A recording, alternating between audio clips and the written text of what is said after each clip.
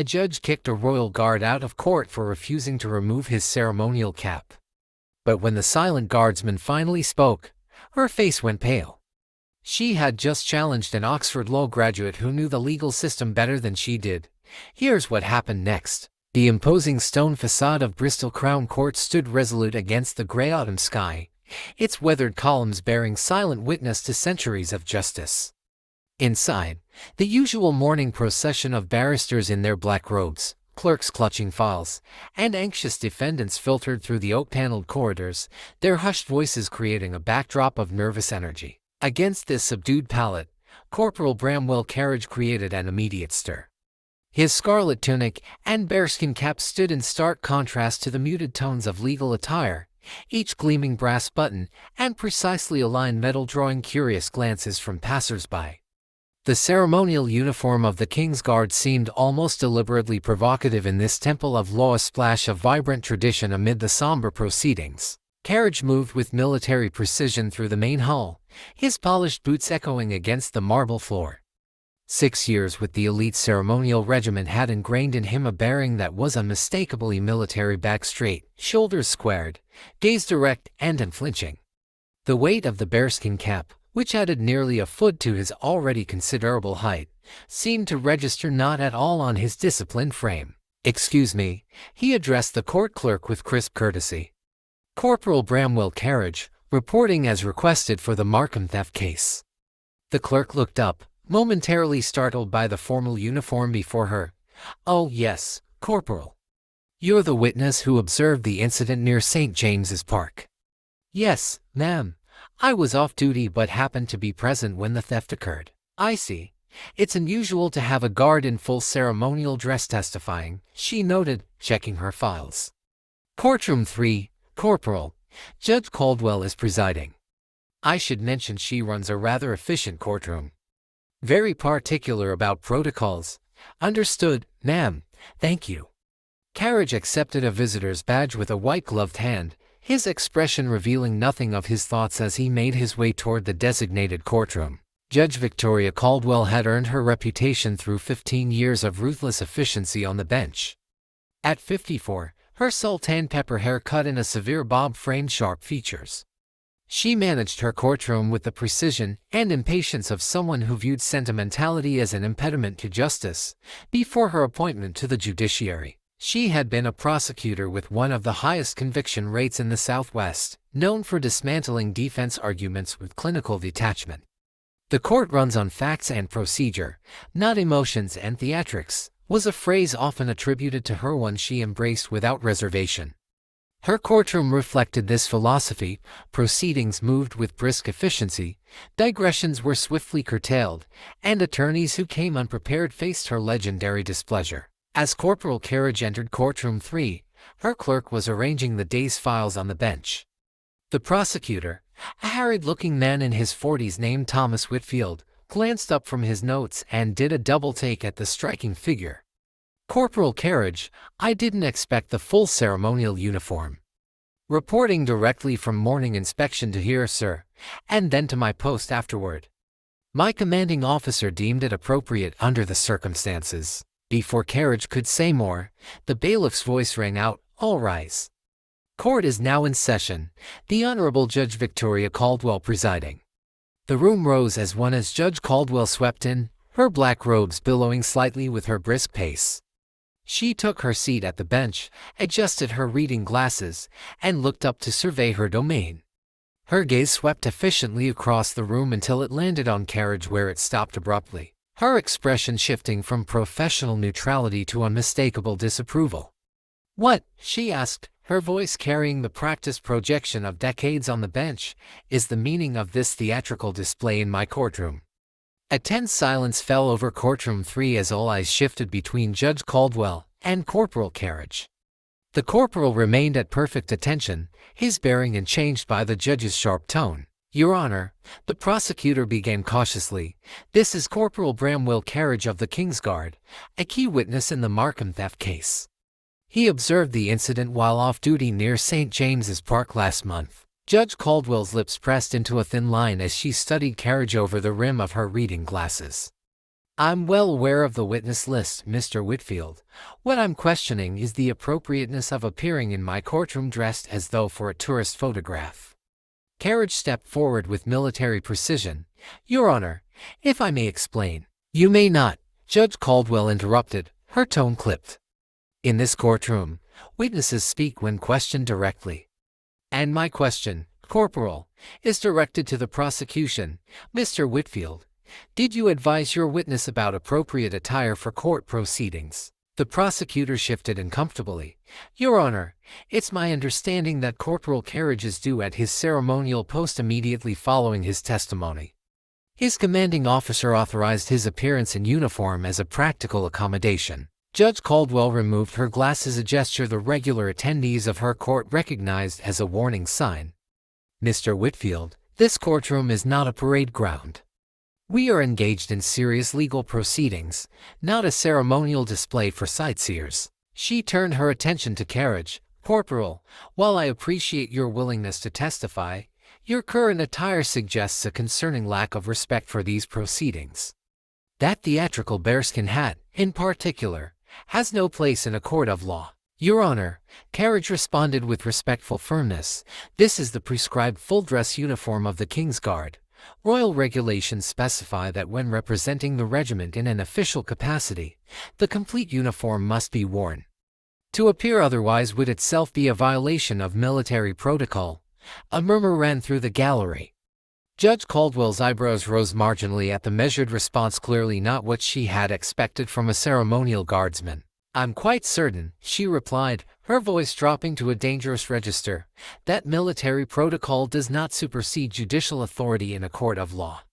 Your commanding officer may dictate your appearance on palace grounds, Corporal, but in this courtroom, I alone determine what constitutes appropriate attire. From the gallery, an elderly gentleman with military bearing leaned forward, his expression concerned. Several other observers exchanged uncomfortable glances, sensing the building confrontation.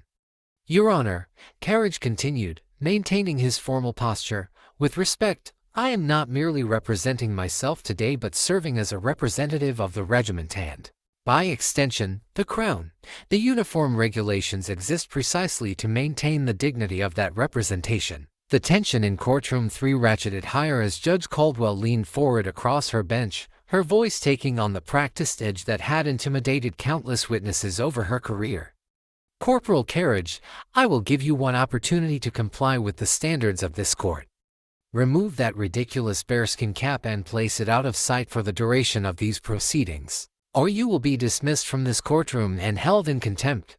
A fine of £500 will be assessed. The prosecutor rose fully now, alarm evident in his posture.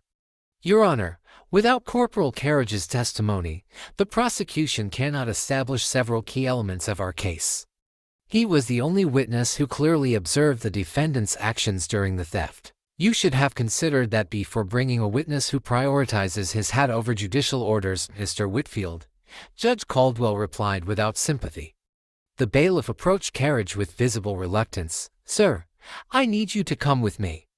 Carriage remained at attention, his expression unchanged. Your Honor, before I am removed, I respectfully request permission to address a matter of procedural law relevant to these circumstances. You've had ample opportunity to address this court, Corporal, and have chosen defiance instead, Judge Caldwell responded dismissively. Mr. Peterson, proceed with the removal. Your Honor, Carriage said, his voice remaining measured but taking on a new quality that caused the bailiff to hesitate. I must respectfully point out that under the Judicial Proceedings Act, Section 42, Paragraph 3, a witness facing removal is entitled to make a statement regarding the legal basis of their position before such removal is enforced. The precise citation, delivered without hesitation or reference to notes, created a subtle shift in the courtroom atmosphere. Judge Caldwell's brow furrowed slightly, the first indication of uncertainty in her previously confident demeanor. I am quite familiar with the Judicial Proceedings Act, Corporal, and I don't recall any such provision. The provision was added in the 2017 amendment, Your Honor, following the case of Donaldson v. West London Court, where a witness was improperly removed without opportunity to address procedural concerns. Judge Caldwell's fingers drummed briefly on the bench before her. "Very well, Corporal. You may make a brief statement for the record, though I doubt it will alter the outcome." "Thank you, Your Honor." Carriage's posture remained perfect, his ceremonial uniform lending additional gravity to his words. "I wish to direct the court's attention to 3 specific legal precedents relevant to these proceedings." He turned slightly to address both the judge and the gallery, a subtle shift that suggested familiarity with courtroom positioning. First, in the case of Captain James Harlow v. Manchester Crown Court 2013, the High Court ruled that military personnel appearing as witnesses may maintain their complete uniform when such appearance occurs in the line of duty or en route to official functions. As I am proceeding directly to my post following these proceedings, this ruling is directly applicable. Judge Caldwell's expression had shifted from impatience to guarded attention. The casual confidence with which Carriage cited legal precedent was clearly not what she had expected from a ceremonial guardsman. Second, in Regina v. Thompson 2016, Justice Lawrence specifically noted that ceremonial military dress, when worn by active duty personnel, is not considered disruptive attire under court procedural standards, as it represents an official function of state rather than personal expression. This directly addresses Your Honor's citation of Section 17. A murmur of interest spread through the gallery. The elderly gentleman with military bearing was now smiling slightly, nodding in approval at Carriage's methodical presentation. Finally, and perhaps most significantly, the Judicial Conduct Guidelines of 2019, Section 8, explicitly state that judges shall not require military personnel to violate their service regulations when such regulations do not materially impede court proceedings. The bearskin cap, while distinctive, does not prevent me from giving testimony or observing court protocols. The courtroom had fallen completely silent, all eyes now shifting to Judge Caldwell, whose expression had transformed from dismissive to increasingly concerned as the implications of Carriage's legal knowledge became apparent. "You seem remarkably well versed in judicial precedent for a ceremonial guard, Corporal," she observed, attempting to regain her footing. "That observation brings me to my final point, Your Honor," Carriage replied, his voice steady. "It appears there may be a fundamental misunderstanding about the nature of my position and background that should be clarified for the record." He stood with perfect military bearing before the bench. "Before joining the King's Guard 6 years ago, I completed my education at Oxford University, where I earned a first-class degree in jurisprudence, specializing in constitutional and administrative law." The courtroom stirred with surprised murmurs.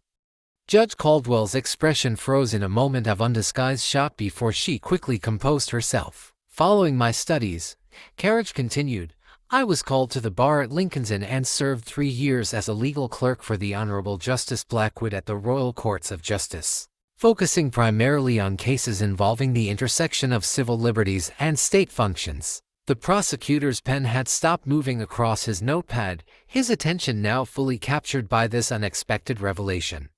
The court reporter's fingers flew across her stenotype machine, documenting what had suddenly become a much more significant exchange than anyone had anticipated. "My transition to military service was motivated by family tradition. 5 generations of Carriages have served in uniform, but I maintain my legal credentials and continue legal education during off-duty hours." Judge Caldwell's fingers had tightened almost imperceptibly around the edge of the bench. "If what you're saying is accurate, Corporal, why didn't you mention these qualifications at the outset of our discussion?" "Your Honor," Carriage replied with measured courtesy, "I was summoned here as a witness to a theft, not as a legal advisor. My appearance in uniform is a matter of military protocol rather than professional identity. I mentioned my background only when it became relevant to the procedural matters at hand." He continued, "Furthermore, the case of Bannister v. Judicial Services Commission established that witnesses should be evaluated on the substance of their testimony rather than their credentials or appearance. I had hoped to be assessed on what I observed rather than what I wear or what degrees I hold." Carriage stood with perfect military bearing, the scarlet uniform and precise diction creating an image of authority that now extended beyond mere ceremonial presence. "Your Honor, I must forthrightly challenge the contempt citation on substantive and procedural grounds." He produced a document from within his tunic. I have here my official orders for today, signed by Colonel James Harrington, explicitly directing me to maintain full ceremonial dress throughout all proceedings en route to duty station. Under the Military Service Act, these orders constitute a legal obligation that cannot be casually overridden without proper judicial review. He handed the document to the bailiff, who delivered it to Judge Caldwell with evident discomfort. The judge examined it briefly, her expression betraying nothing. The handling of military witnesses falls under the special provisions outlined in the Memorandum of Understanding between the Ministry of Justice and the Ministry of Defense, which explicitly states that courts shall make reasonable accommodations for military personnel appearing in uniform when such appearance is required by their duty schedule. The court administrator had risen from her seat and approached the bench, passing a note to Judge Caldwell. The judge read it quickly, her expression tightening further. Judge Caldwell cleared her throat, the sound unusually loud in the silent courtroom. She examined the note from the court administrator once more before addressing Carriage. In light of the extensive legal framework Corporal Carriage has presented, this court will take a 15-minute recess to review the cited precedents. She rose abruptly, signaling the bailiff, "Court is in recess." As she departed through the door behind the bench, the hushed courtroom immediately filled with whispered conversations. The prosecutor approached Carriage with newfound respect. "That was remarkable," he said quietly. "I had no idea about your background." "It wasn't relevant to my witness statement," Carriage replied simply. "I'm here to testify about what I saw, not to discuss my education." The elderly gentleman with military bearing made his way forward from the gallery. "Colonel Richard Hargreaves, retired," he introduced himself. "King's Own Regiment, well handled, Corporal." "Thank you, sir," Carriage responded with a respectful nod. "They don't teach that kind of composure at Oxford," the colonel observed with a knowing smile. "That comes from something deeper." When court resumed precisely 15 minutes later, Judge Caldwell returned with a markedly different demeanor. Her earlier irritation had been replaced by a carefully neutral professionalism. Having reviewed the legal precedents cited by Corporal Carriage, along with the court's procedural guidelines, she began, "This court acknowledges several points that require clarification." She adjusted her reading glasses, consulting notes that hadn't been present before the recess. "First, the contempt citation issued against Corporal Carriage is hereby withdrawn.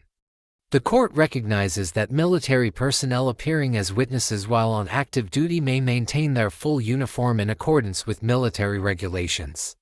Second, the court acknowledges that the procedural requirements for issuing contempt citations to witnesses were not fully observed in this instance. This admission clearly cost her considerable effort. As such, the fine previously announced is vacated."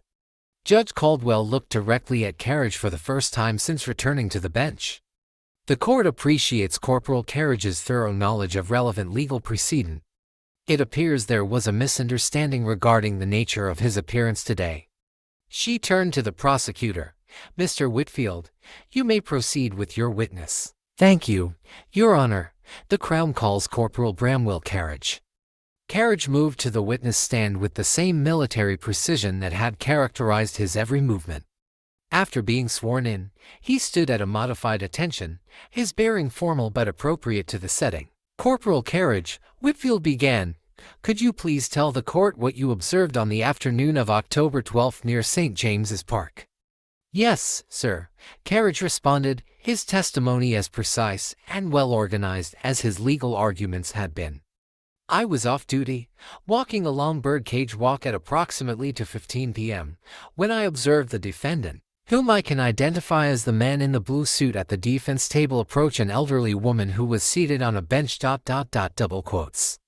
His account continued with methodical clarity, establishing each element of the theft with the same attention to detail he had shown in his legal challenge. Judge Caldwell listened attentively, occasionally making notes but offering none of the interruptions that typically characterized her courtroom management. When Carriage's testimony concluded, Judge Caldwell nodded. "Thank you, Corporal. Your testimony has been most instructive. You are excused to attend to your duties." As Corporal Carriage made his way through the courthouse foyer, his ceremonial boots echoing against the marble floor, a court clerk hurried up to him with an envelope. From Judge Caldwell, she explained somewhat breathlessly. She asked that this be delivered to you before you left. Carriage accepted the envelope with a polite nod and opened it once the clerk had departed. Inside was a brief handwritten note on judicial letterhead. Corporal Carriage, your conduct today served as a reminder that appearances can be deceiving, a lesson I would do well to remember. Your knowledge of the law is commendable, as is your dedication to both your legal principles and military duties. The court regrets the unnecessary conflict and appreciates the professional manner in which you addressed it. Judge Victoria Caldwell. Carriage folded the note carefully and placed it in his tunic pocket as he prepared to depart.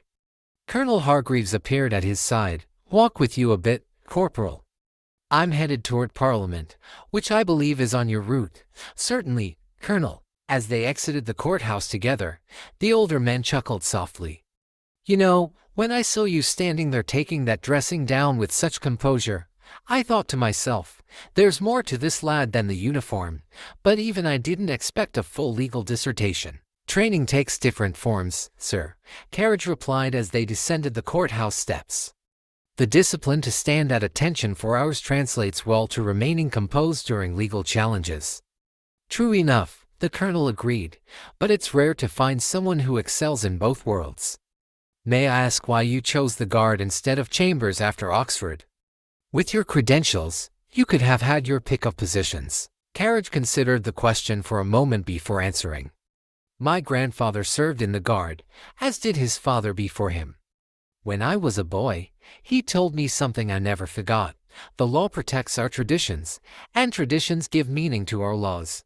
I found I couldn't choose between them. The colonel nodded thoughtfully. A wise perspective. Both uphold something essential about who we are as a nation. As they reached the point where their paths would diverge, Carriage checked his watch. I should proceed to my post, sir. Of course, the colonel replied. Duty calls. But I suspect we haven't heard the last of Bramwell. Carriage in either uniform. With a crisp salute that the colonel returned with equal precision, Carriage continued toward Buckingham Palace, his scarlet uniform drawing the usual tourist attention. But beneath the ceremonial exterior, he carried something invisible to onlookers: the quiet satisfaction of having upheld both his obligations to law and to tradition without compromising either.